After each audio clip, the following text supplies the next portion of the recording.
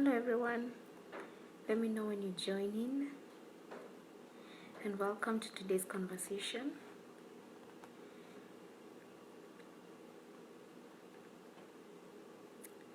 As you come in, just let me know.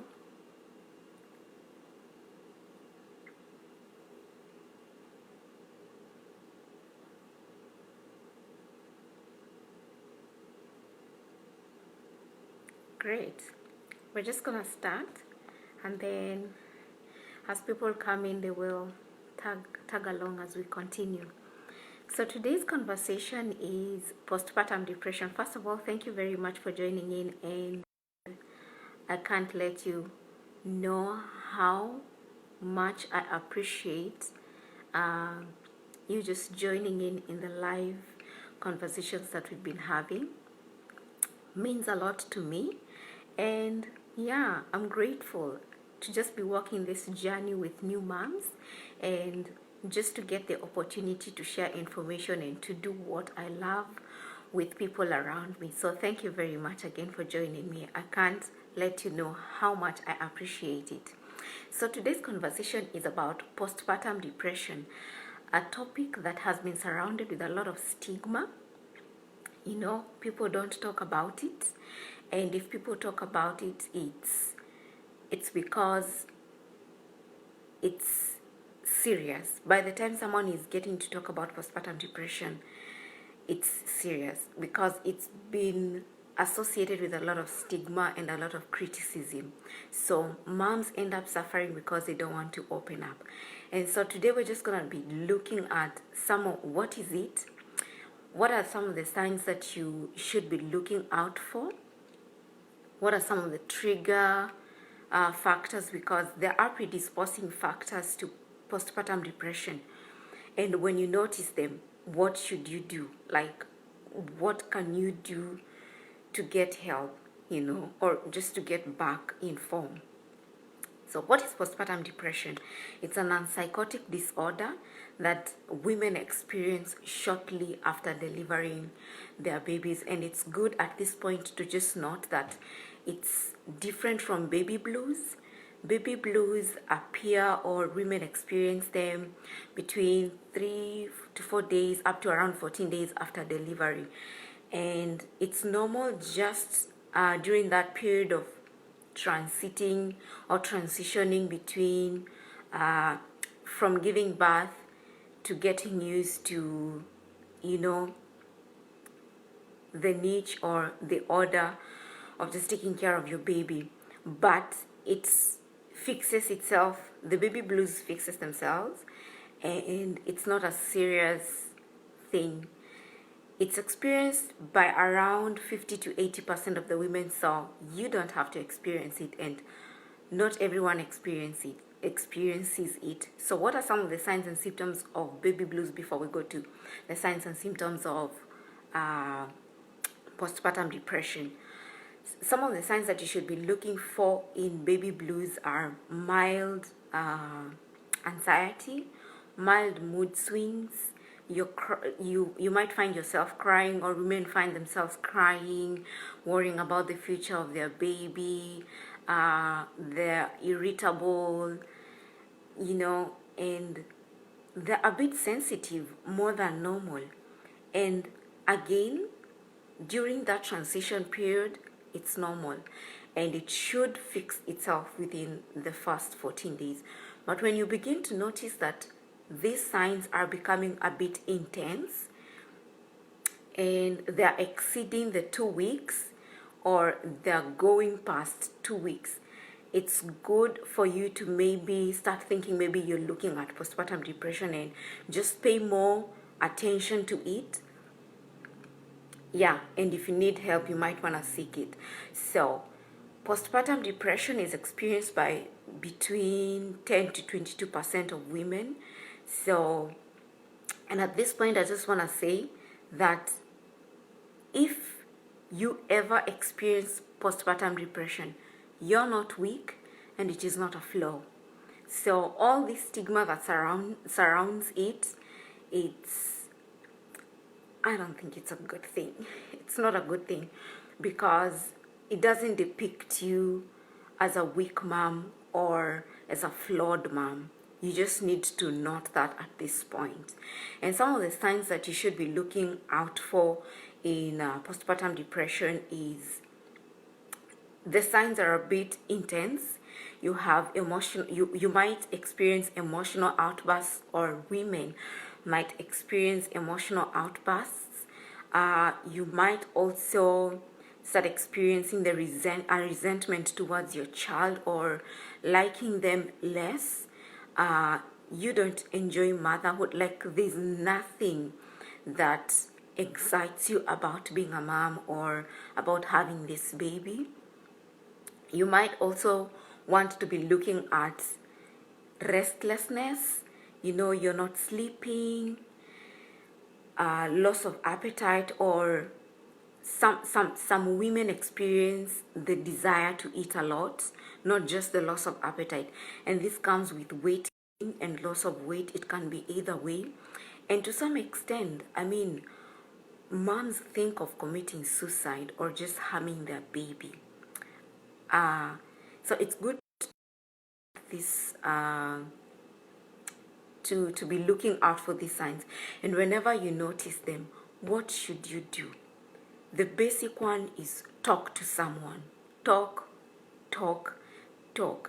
You'll be surprised how just opening up and talking to someone lifts some of these burdens out of our shoulders.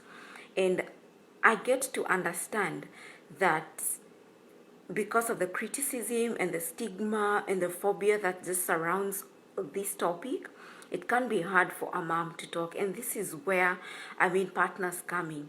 If you're a partner and your wife has just given birth, it's good enough for you to just watch out for these signs. And if you start noticing them, question your spouse. Ask them what's going on. Encourage them to open up. It might not be easy, but next support system, the nearest support system they have.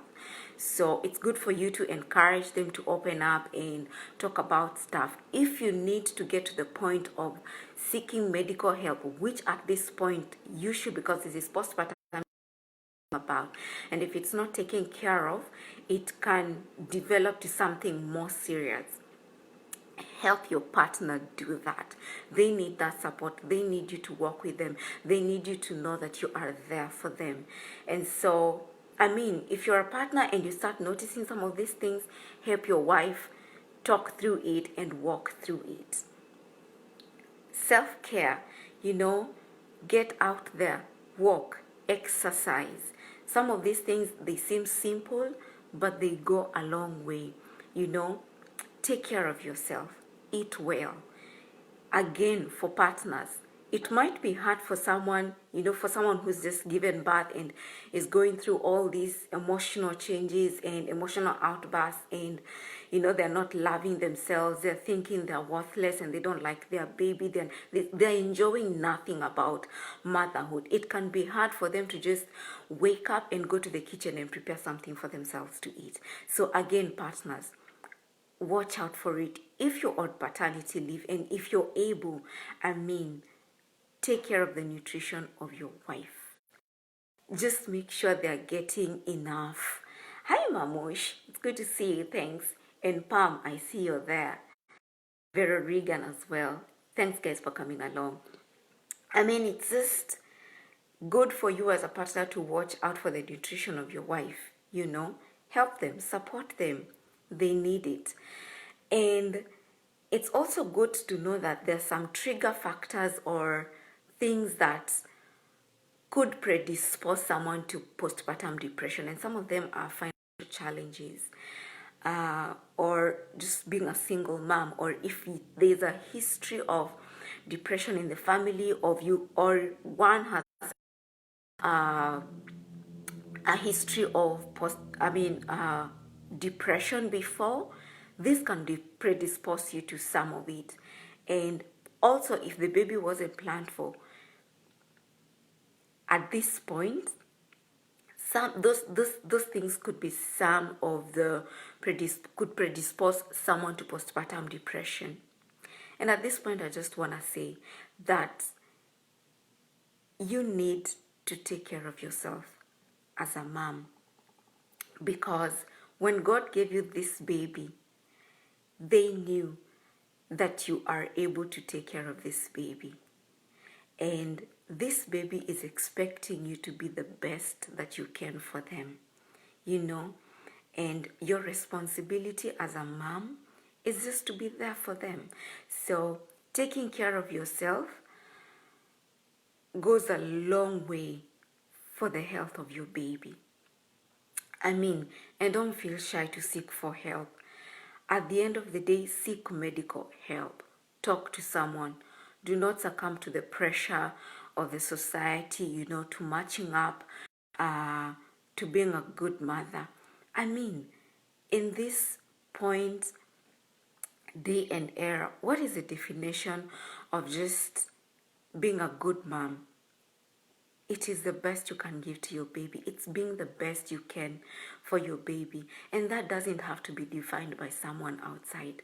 That doesn't have to be defined by someone out there in the society who doesn't know what goes on in your life, what goes on in your house. I mean, it's up to you to define what a good mom is, you know. I mean, set your rules, follow them, enjoy motherhood, and be the best you can for your baby. And for moms out there, please stop succumbing, English, jeez. Succumbing to the pressure of the definition of being a good mom from the outside society. Sometimes it's just good to close your ears to all that and, I mean, live your life and be the best you can for your baby. You are a gift to them, you know, and they are a gift to you.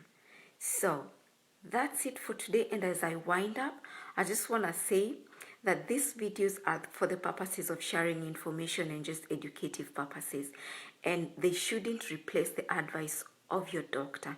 And for whatever it takes, seek the advice of your doctor concerning your pregnancy journey and the questions that you have about pregnancy and some of the information that we share here. If you have any questions concerning some of this information, go back to your doctor, ask them what they think about it, and be sure to follow what they're saying, because that is your doctor and they know the best.